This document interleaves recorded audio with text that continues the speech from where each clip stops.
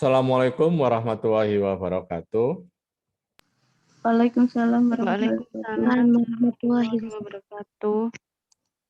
Baik, untuk pertemuan kali ini ya kita tekankan lagi ya tentang badan usaha atau bentuk-bentuk organisasi bisnis. Ya.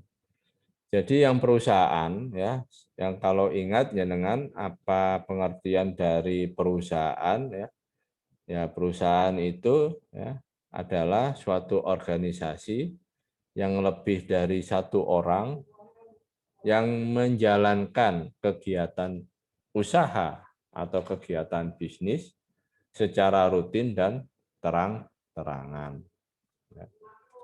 Nah, yang kemarin, yang sebelumnya, kalau ingat ada beberapa unsur ya untuk segi hukum dan unsur perusahaan.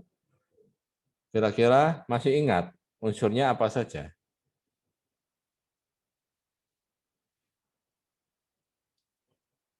Ya, yang pertama itu adanya badan usaha, yang kedua kegiatan dalam bidang ekonomi, ya.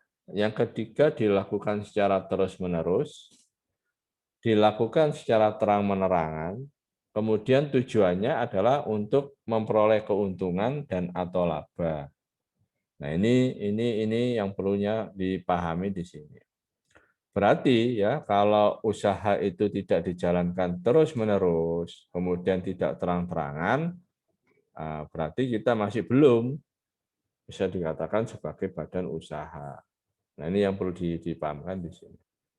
Nah, bentuk organisasi bisnis itu biasanya yang difahamkan itu semua itu dinamakan perusahaan. Nah, perusahaan di sini dibagi menjadi dua, yaitu persekutuan dan perusahaan perseroan perusahaan dagang. Nah, persekutuan ini ya perseorangan ya, yang persekutuan dan perseorangan. Jadi ada usaha atau perusahaan persekutuan dan perseorangan. Nah, perusahaan persekutuan ini adalah perusahaan atau badan usaha yang dijalankan lebih dari satu orang. Nah, jadi usahanya ini bisa berjalan, bisa terbentuk karena kumpulan orang, ya minimal 2 orang. Itu. Nah, persekutuan ini ada dua jenis, yaitu yang berbadan hukum dan bukan berbadan hukum. Nah, dikatakan berbadan hukum, ya itu ya contohnya adalah PT dan koperasi. Sedangkan bukan yang berbadan hukum, contohnya adalah persekutuan perdata, firma, atau CV. Nah, apa bedanya badan hukum dan bukan badan hukum? Ada yang bisa menjelaskan? Monggo, apa bedanya? Secara definisi apa bedanya? Monggo, tolong jelaskan. Ada yang bisa memahami ya? Apa bedanya yang berbadan hukum dan tidak berbadan hukum? Monggo. Mas Syarif. Halo? Mas Jaki? Mbak Nurus. Mana suaranya Mbak Nurus?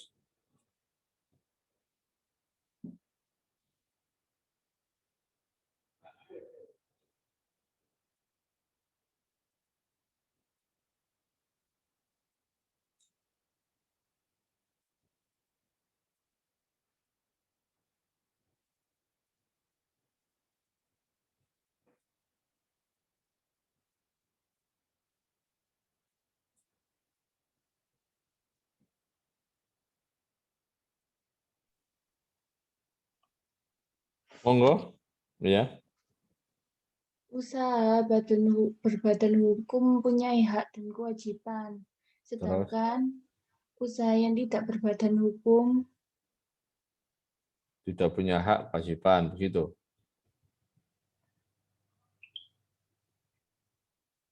bentar, Pak. Ya, monggo. Apa itu? Googling.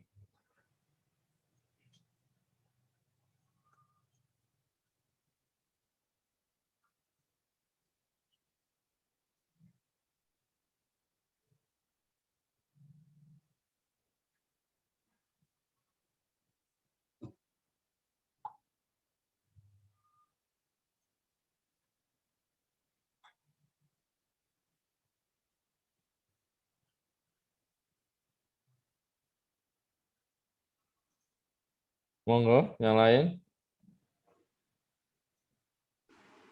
Menambahkan, Pak. Silakan. Kalau badan hukum itu memisahkan antara kekayaan pribadi pemilik atau pendirinya dengan harta kekayaan badan usaha. Jadi ketika terjadi sesuatu permasalahan hukum, badan usahanya dapat dituntut, gitu Pak. Terus kalau yang tidak berbadan hukum itu badan usahanya tidak memisahkan antara harta kekayaan pribadi atau milik pendirinya dan harta kekayaan badan usaha. Jadi apabila terjadi atau terdapat masalah hukum badan usaha dapat dituntut gitu Pak. Oke, jadi Pak Aris perjelas. Jadi jawaban Mbak Riza tadi ya. Oke Pak. Jadi Mbak Riza memang begini, untuk lebih pasnya begini Mbak Riza. Jadi memang tadi ada pemisahan kekayaan antara harta pribadi dan harta badan usaha. Jadi kalau berbadan hukum memang harta pribadi itu terpisah dengan kekayaan badan usaha. Jadi tadinya karena terpisah, jadi batasannya itu pada modal yang disetorkan. Jadi pertanggungannya itu ya kekayaan badan hukum itu sendiri. Jadi kalau nanti modal yang disetorkan itu 100 juta, kemudian dia berkembang mempunyai aset sampai 5 miliar misalnya, dalam beberapa tahun misalnya, maka asetnya tadi yang senilai 5 miliar itu yang menjadi pertanggungan hutang, tidak masuk di kekayaan pribadi. Meskipun nanti rumah pemilik badan usahanya tadi, atau rumah direkturnya, atau rumah pemilik sahamnya tadi senilai 10 miliar, tapi 10 miliar itu tidak masuk dalam pertanggungan apabila terjadi kasus hutang piutang. Nah, seperti itu ya. Ya, itu Pak Mas itu. Sedangkan kalau dia bukan badan hukum seperti CV atau firma, kekayaannya CV 5 miliar, terus kemudian kekayaan pribadinya 10 miliar, maka pertanggungannya itu juga meliputi kekayaan pribadi. Jadi 10 miliar plus 5 miliar tadi, jadi 15 miliar. Sedangkan yang berbadan hukum tadi, pertanggungannya hanya pada batasan 5 miliar. Seperti itu ya. Nah, bisa dipahami ya. Ya. Itu. Ya, Mbak Risa tadi Ya, Pak. bisa diluruskan tadi bahasanya. Memang maksudnya Pak Aris tangkap dengan seperti itu, tapi untuk pembahasannya atau pengungkapannya seperti yang Pak Aris sampaikan itu tadi, ya. Iya, Pak. Oke, Mas Dani gimana?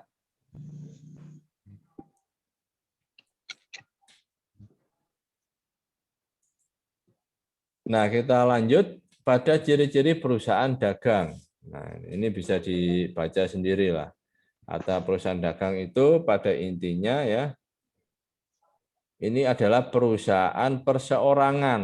Nah, jadi karena perusahaan perseorangan, nah, maka pemilik modalnya itu hanya satu orang. Nah, itu yang perusahaan dagang yang disebutkan di sini perusahaan perseorangan. Kemudian berikutnya adalah persekutuan perdata. Nah, persekutuan perdata ini dibentuk berdasarkan perjanjian para pihak. Siapa saja yang berjanji adalah orang-orang yang akan melakukan, yang sepakat akan melakukan kegiatan usaha. Jadi misalnya Mbak Erika sama Mbak Sufa misalnya, ini akan melakukan suatu kegiatan usaha bersama, kemudian akan membentuk suatu badan usaha. Maka ya badan usaha yang dijalankan ini namanya persekutuan perdata. Nah, ini cirinya apa? Cirinya adalah lebih dari satu orang untuk menjalankan kegiatan usaha. Atau perjanjiannya itu lebih dari satu orang. Nah, itu biasanya di hadapan notaris, kemudian dibuatkan aktanya. Nah, itu.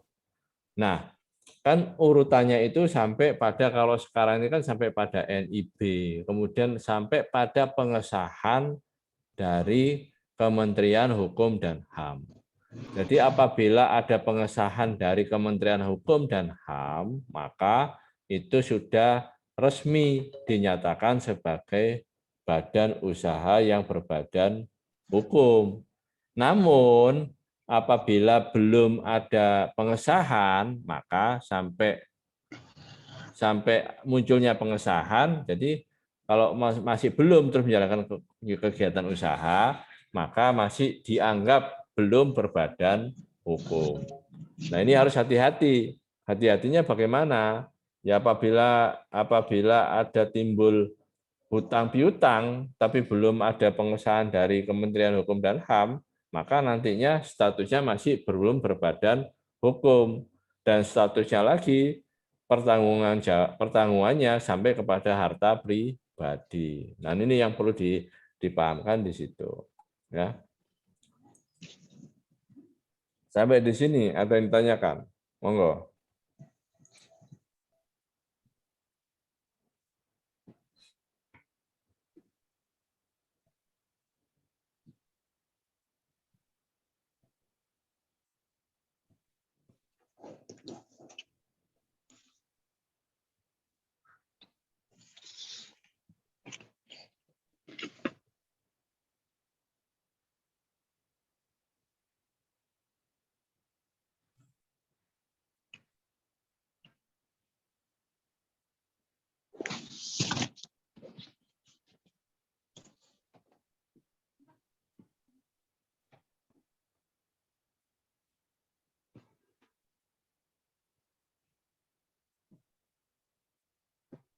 Monggo sampai di sini ada yang tanyakan.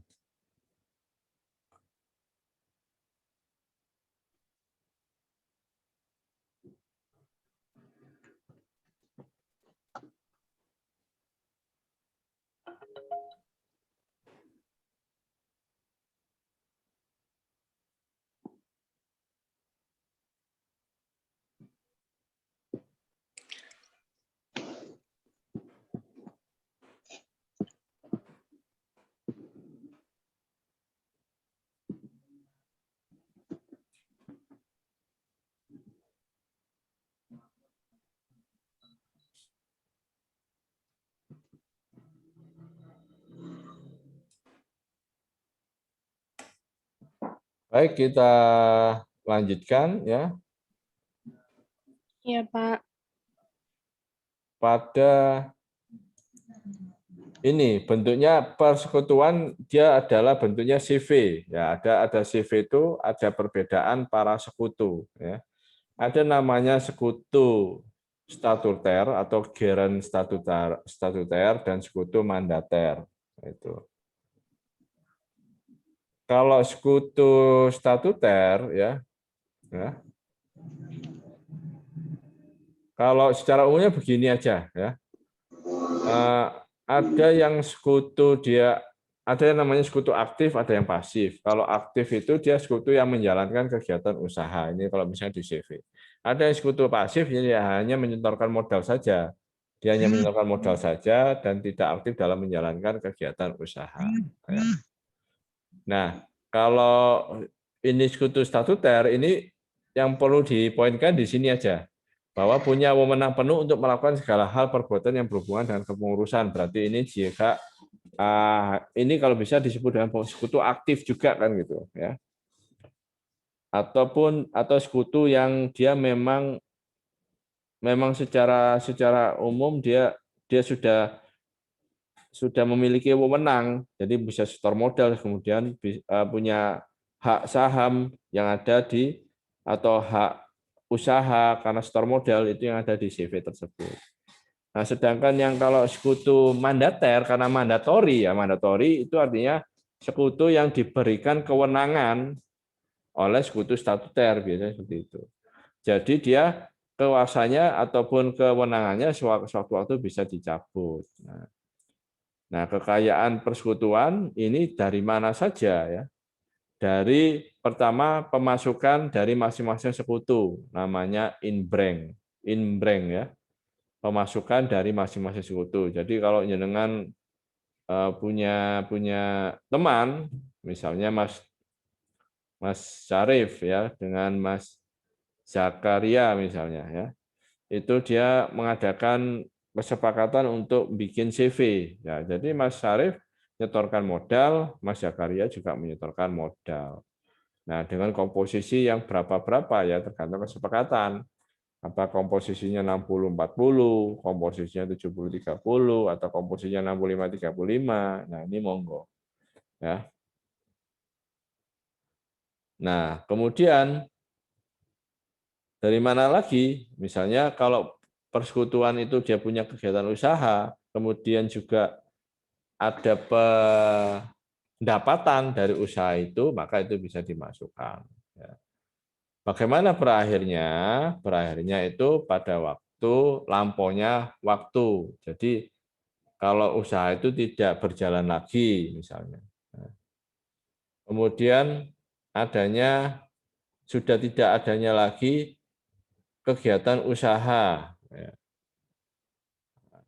Kemudian sudah berdasarkan kehendak dari sekutu, ya itu.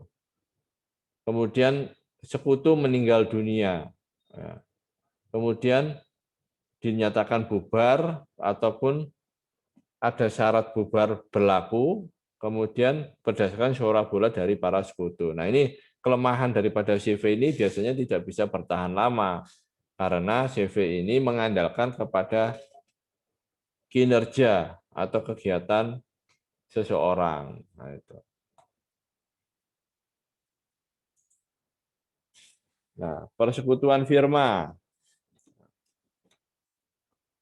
Ini adalah persekutuan perdata yang didirikan untuk menjalankan kegiatan untuk secara bersama. Jadi firma di sini itu artinya bersama. Ya. Dalam bahasa Belandanya itu adalah Vennootschap onder sine firma. Ya. Ya, itu. Itu yang pengertian dari pada perusahaan firma. Nah, di sini sudah Pak Aris jelaskan ya. Ada CV ya, Commandeter Vennootschap ya dalam bahasa Belandanya atau persekutuan firma itu ada dari beberapa sekutu Commandeter. Ya, ini sekutu aktif dan sekutu pasif. Nah, itu. Nah, ini PT. PT ini disebut dengan berbadan hukum atau tidak berbadan hukum PT ini?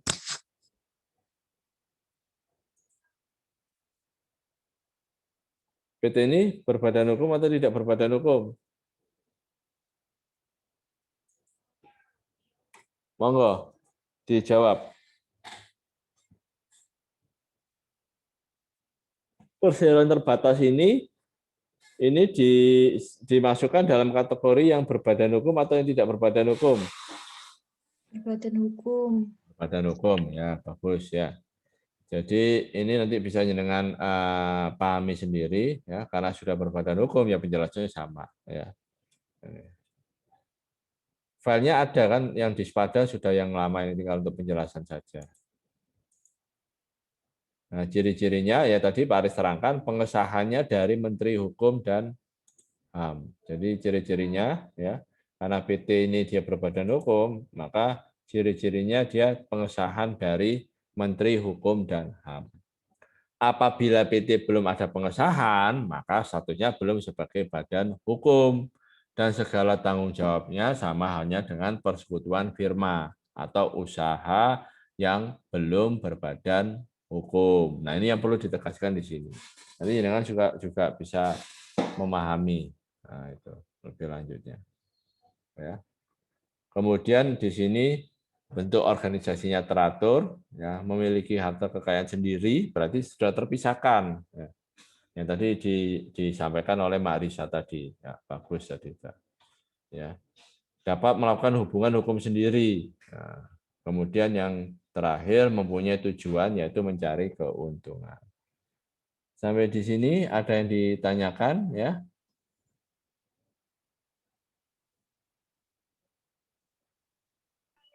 Enggak ada, Pak.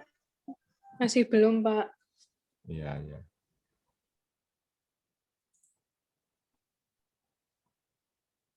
Nanti monggo untuk bisa ngisi di forum ya, untuk sebagai review ya.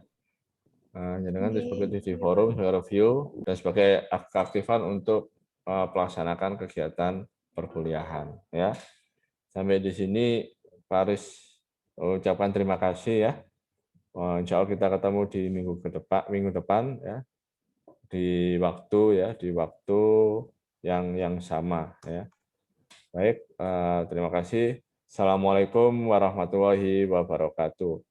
Waalaikumsalam. Waalaikumsalam warahmatullahi wabarakatuh. Assalamualaikum warahmatullahi wabarakatuh.